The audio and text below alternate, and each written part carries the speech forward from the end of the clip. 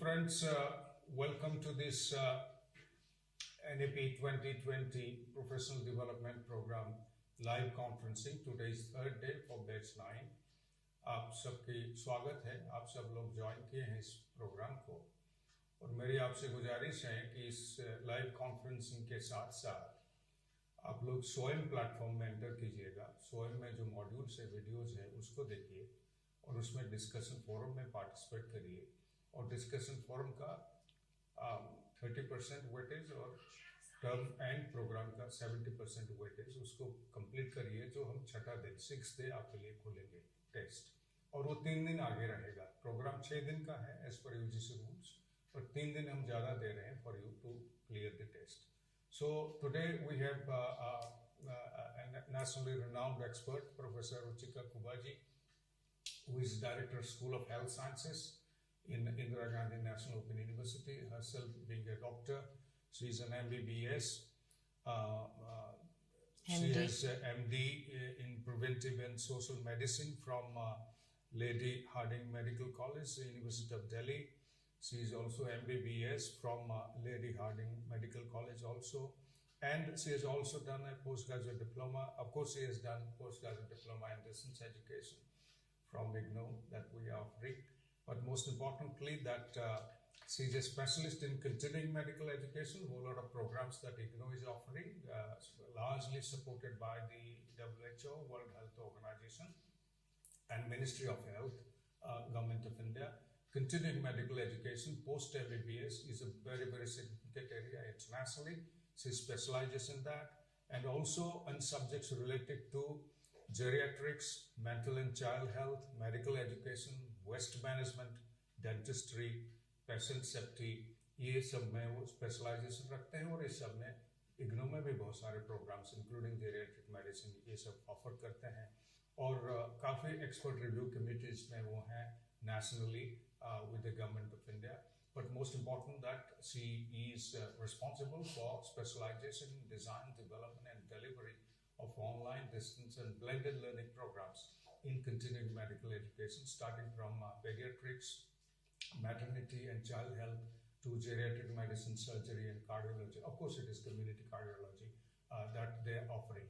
So with this, I welcome Professor Ruchika Kuba, Director, School of Health Sciences, Indira Gandhi National Open University. She will be talking today on NEP 2020 and continuing medical education, which is the most important area, and NEP has devoted some space on discussing professional education, within that medical education per se. She may also touch upon nursing because she is also in charge of nursing, which is also a faculty, including BSc nursing and other areas that our school is offering. So with this, welcome Professor Ruchika Kubaji. Thank you. Today I will be speaking on national education policy and continuing medical education.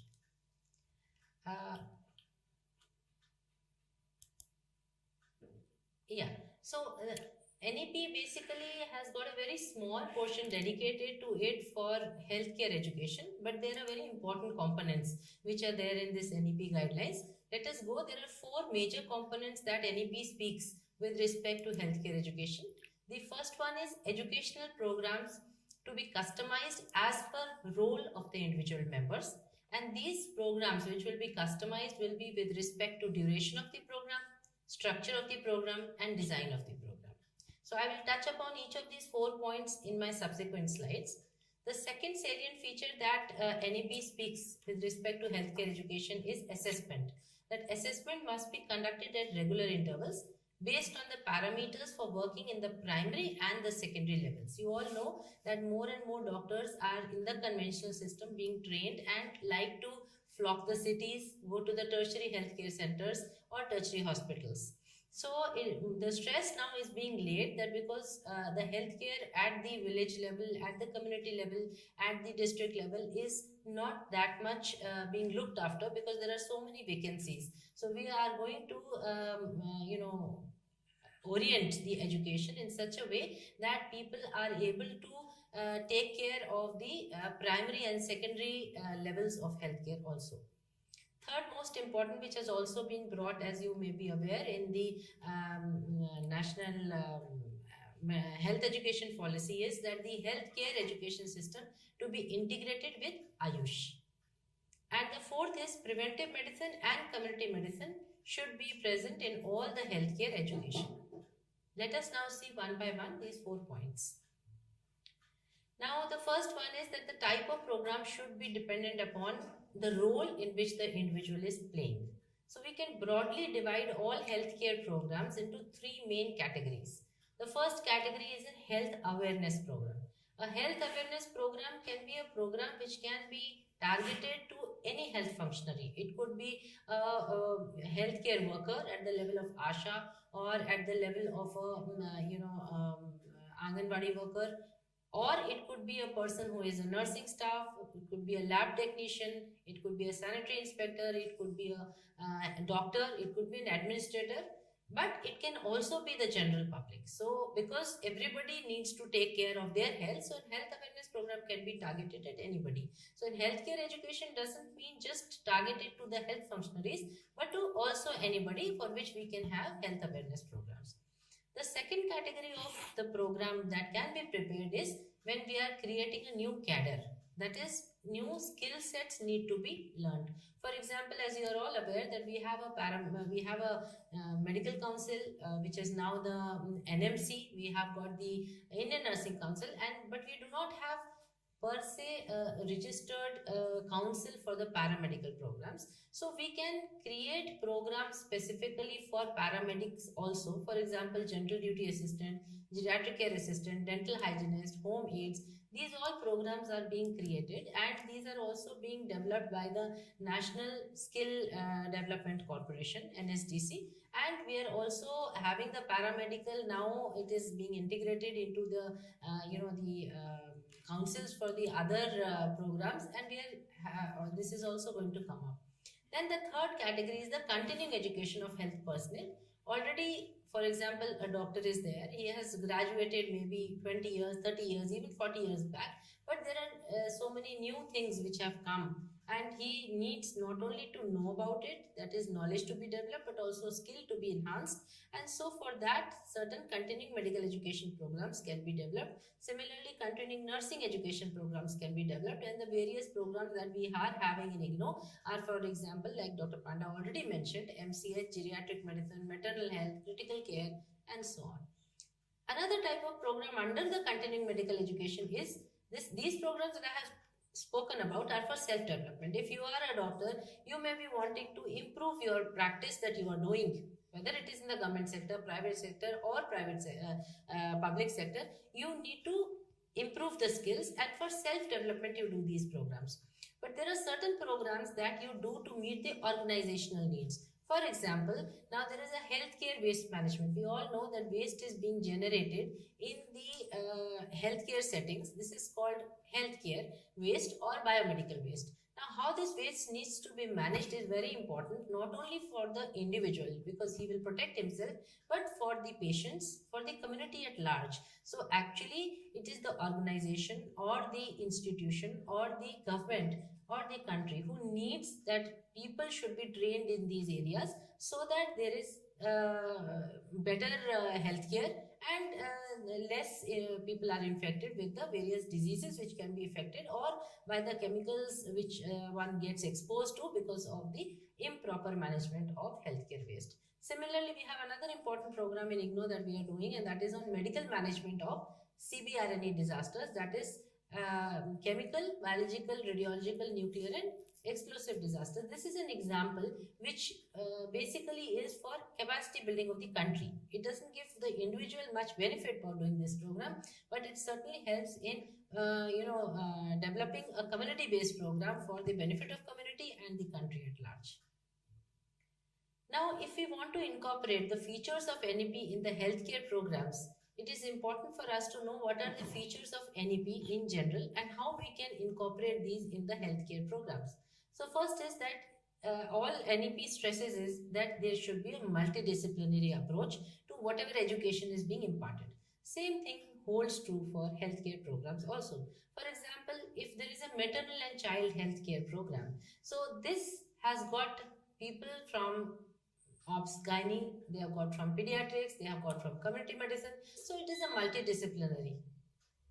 Similarly, we have got, for example, geriatric medicine. Now, geriatric medicine is another component in which you already know that it is geriatric medicine is a medicine catered for healthcare of elderly. So we require large number of departments to coordinate with each other for development of professionals who are trained in geriatric medicine. For example, you know that with old age, there is a problem of vision, there is a problem of hearing, there is a problem of cognition or understanding and interpretation, there is a problem of all the systems because of aging, slowing down your gastrointestinal system, your respiratory system. So you require so many different kinds of departments who have to join hands, to enter into this training. So these are some of the few examples where multidisciplinary teaching is required. Then NEP also speaks about multiple entry and exit options.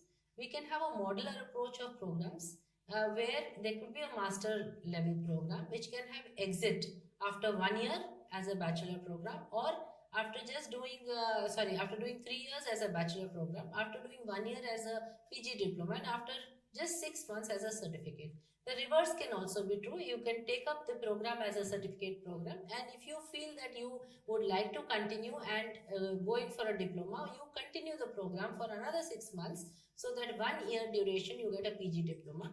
If you further want to keep your study going, you can you can take a bachelor's degree, and later on with 4 years you can take a master's degree. The third feature that NEP has stressed upon is blended learning. This is the most important feature, I think, which are important for the healthcare programs.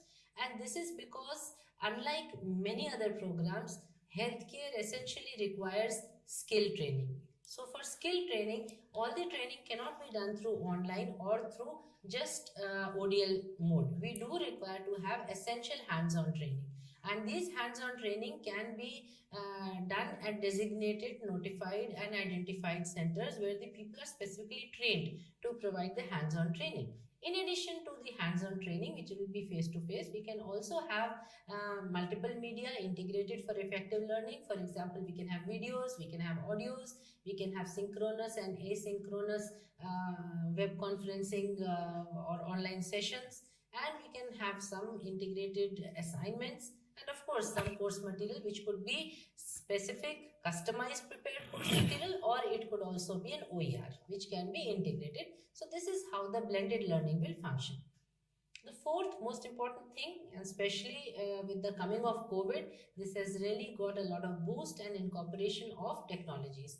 So technologies could be again in the form of synchronous or asynchronous sessions. It could also be in the form of simulations, which are very important for programs where real life situations can be created, gamification, especially in areas, situations where patients may not be available, or everybody getting trained on a patient may not be either cost effective or ethically proper, because they are not completely trained to do that.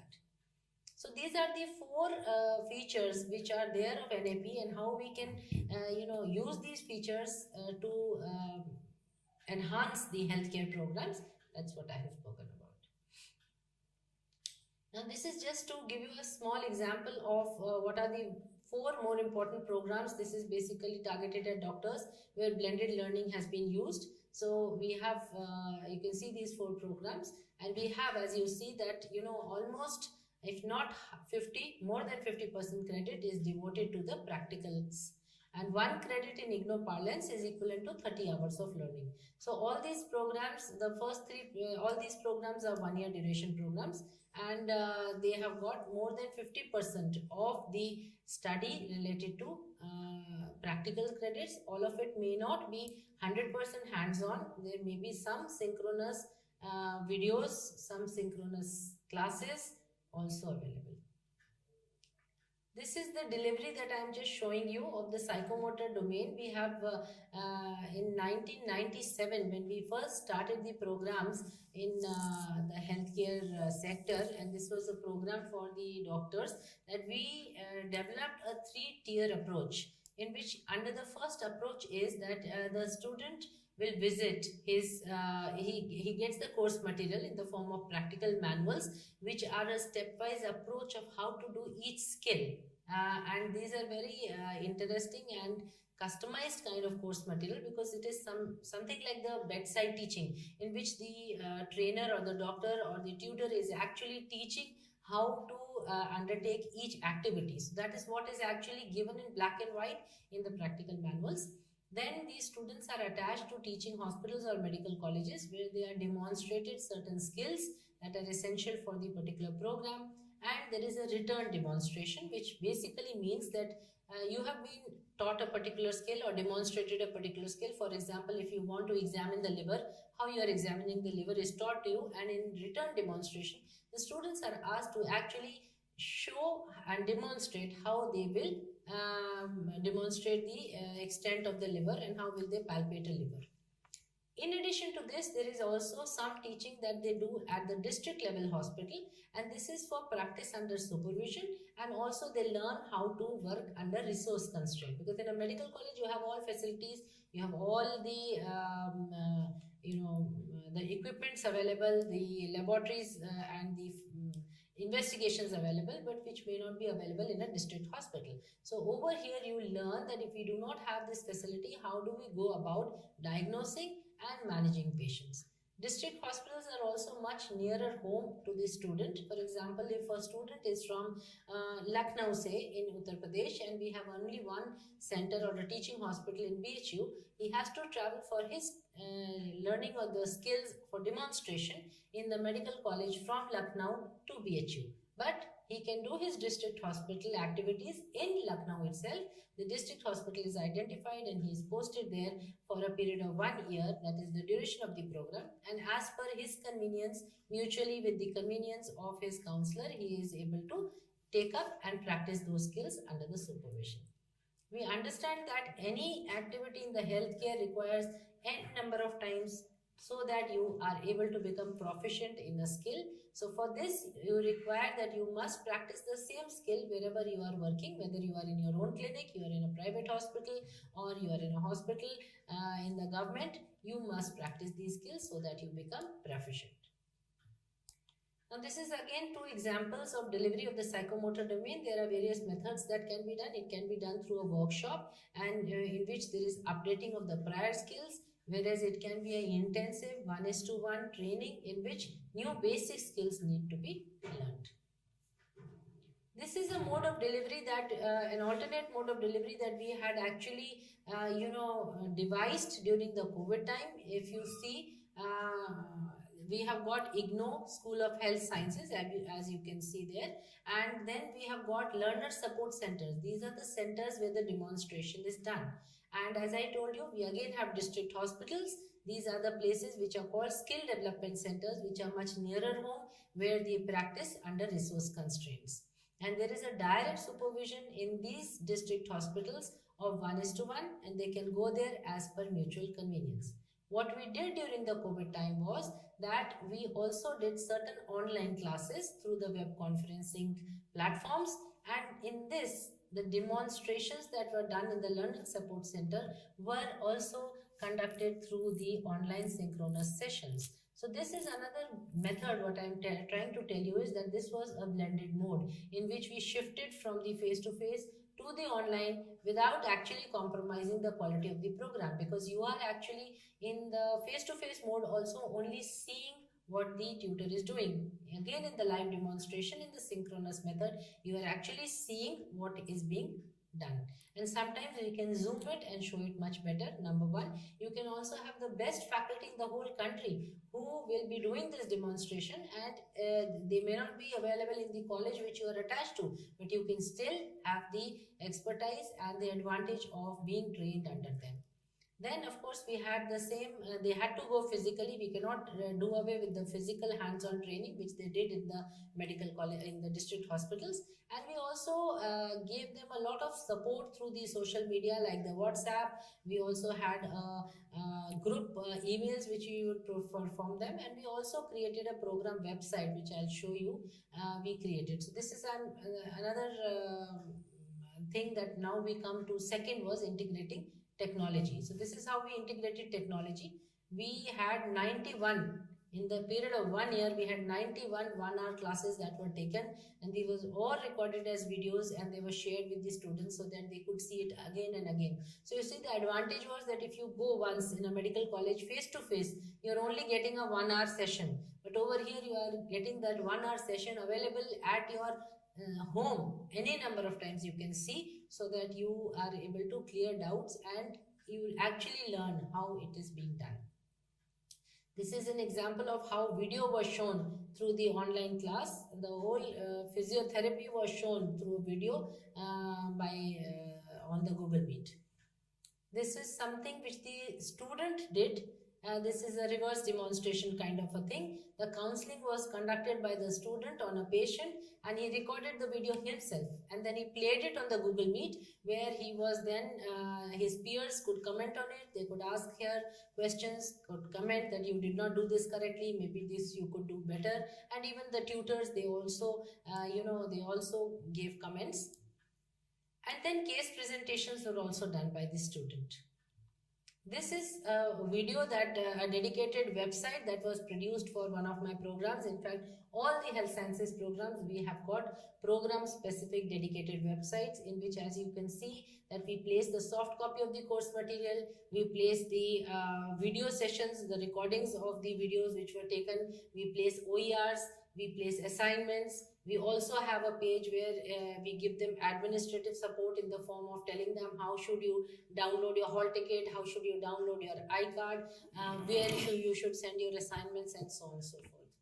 This is another example where I am showing you how one of our programs of certificate program in yoga, which is under the health awareness program. Of course, there is a little bit of skilling in it, but it can be done by anybody with 10+2, that we did the practical internal assessment examination through Google Meet, in which all the students were asked to do one particular asana. They are all at their own home. They are performing their activity, and they have switched on their videos so the evaluator can see how everybody is performing. And so whenever they are ready, some of the videos are not on because everybody has not started, and those people who are started, you can see that they are all in the almost the same process of activity, that is the yoga that they are doing. Now we come to the second component, that is the assessment at regular intervals, that has been written for healthcare education by NEP. Now there are three types of assessments: assessment of learning, assessment for learning, and assessment as learning. So assessment of learning basically means the summative assessment that is done through the terminal examination. And since we in all programs should have a theoretical as well as a practical component, so the assessment should be separately for a theoretical course or the theoretical component, and separately for the practical course or the practical component. Then we have assessment for learning, and for learning basically means a formative assessment or a continuous assessment, so that we see that the learning is taking place throughout the process of the program delivery. And this could be in the form of either marked assignments or unmarked assignments. So you will wonder that what is the point of unmarked assignments? Unmarked assignments are very useful because they also help in a way of motivating the students. Marked sometimes may motivate, sometimes may even demotivate, but unmarked assignments are in a way of self-assessment, so that the student understands, yes, I am understanding the program, he gets motivated and he moves forward. Unmarked assignments could also be in the form of a peer responses, and the peer also tell you that, yeah, this is very nice, we can also learn from you. So such kind of things are very useful for the continuous assessment. Then we have assessment as learning. So as learning is that while the student is actually doing the activity, he is recording all that what he's doing, and he is assessed on the work that he's recorded. So this could be in the form of a portfolio which is submitted by the student, or it could be in the form of a logbook. Then we come that how we should integrate the healthcare education system with Ayush. So I strongly believe that though I am from the allopathic system of medicine, but all systems of medicine have their own plus points, and so it is important that a holistic approach to health and disease must be done, especially when we are developing an awareness program. even when we are doing a continuing medical education or a nursing education program, because a holistic approach to health and disease will bring out the positive and the strong points in each different system of medicine, and so they can be very useful.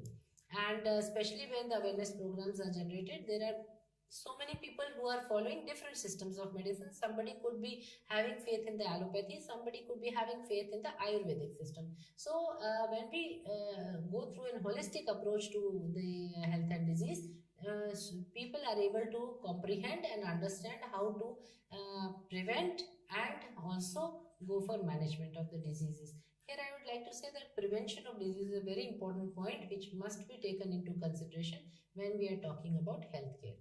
Again, integrating different systems, as I said, we can do it in the continuing nursing education as well as continuing medical education program.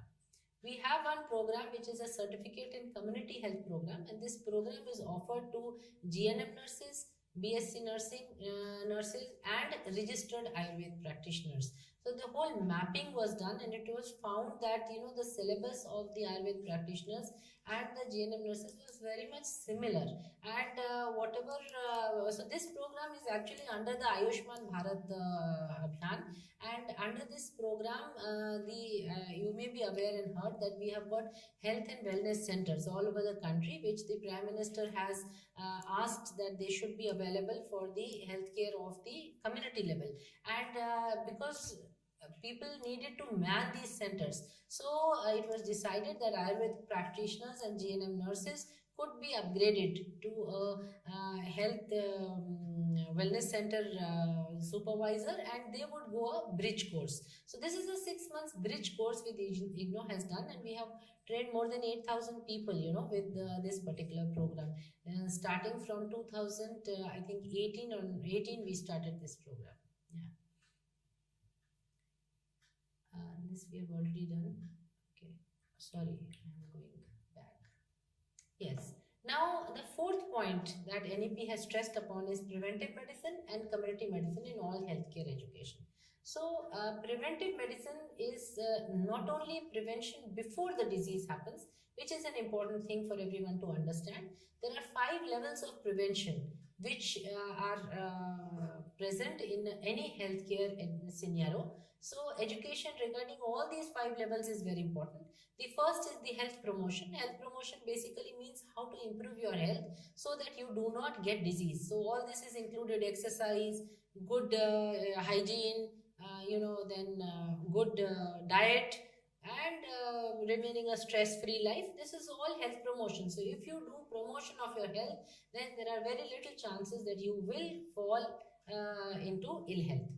The second is specific protection. Specific protection is, for example, if you take a vaccine, or if you have been bitten by, for example, a dog, you go in for a rabies injection. So after getting infected, protection, or before you get a disease, like COVID vaccination is again a specific protection. You don't have the disease, but you take it to protect yourself so that you don't get disease. So this is specific protection, is specific for the particular disease. The third important part of preventive medicine is early diagnosis and treatment, because if you go in for early diagnosis, you go to a doctor, get diagnosed, and the treatment starts early. You must have experienced in your life also that the earlier you get diagnosed and treated, the shorter the duration of the illness, and you get treated much faster without any major fallouts. That is, even your illness convalescence, or you're basically recouping from the illness, is not very prolonged. The third is disability limitation. How do we limit that we do not get disability? So what are those methods? So for example, physiotherapy. Now for example, I'll give you an example of a hip fracture. If you've got a hip fracture, you have to go in for a surgery. You go in for a surgery, but you feel that, okay, I am very weak, and I've just had a surgery, I don't want to walk, I don't want to do some exercise. So you keep lying down, and because of which your muscles become weak, and so ultimately you are having a lot of problem in again starting to walk, and you may also develop some disabilities, you may develop contractures. So disability limitation over here would mean that after the surgery, you are immediately taken for physiotherapy, and you yourself start walking, small exercises. So you have limited your disability. This is disability limitation. And the fifth and last one, of course, is rehabilitation. That if you have developed a disability, how to rehabilitate yourself. This could be a social rehabilitation, it could be a medical rehabilitation, it could be a psychological rehabilitation. So if you have developed a disability or limitation, then how you will recoup and come back to become normal. The second component of this is community health orientation to all programs. So it is very important that all programs must be sensitized, to be able to establish a relationship, that what is the social, cultural, environmental determinants on the health of the community. For example, if we are talking of a simple disease like tuberculosis, now what is the going to a doctor, getting diagnosed, getting treatment is not the end of it. You know that tuberculosis has a lot of stigma attached to it. So it will also involve, that educating the community, educating the general public that no, this doesn't have stigma. And also educating the person who is actually suffering from the disease that there is nothing to be ashamed of. It is just a simple communicable disease. So there is no problem. Again, telling the person that it is just not the treatment that you have to undertake. You have to have a good diet. You must also come for regular checkups. You should not leave the medicine. And what are the cultural practices which should, for example, in diarrhea, earlier they used to say you should stop eating because the more you eat, the more diarrhea you will have. This is a cultural or a social, impact of the disease.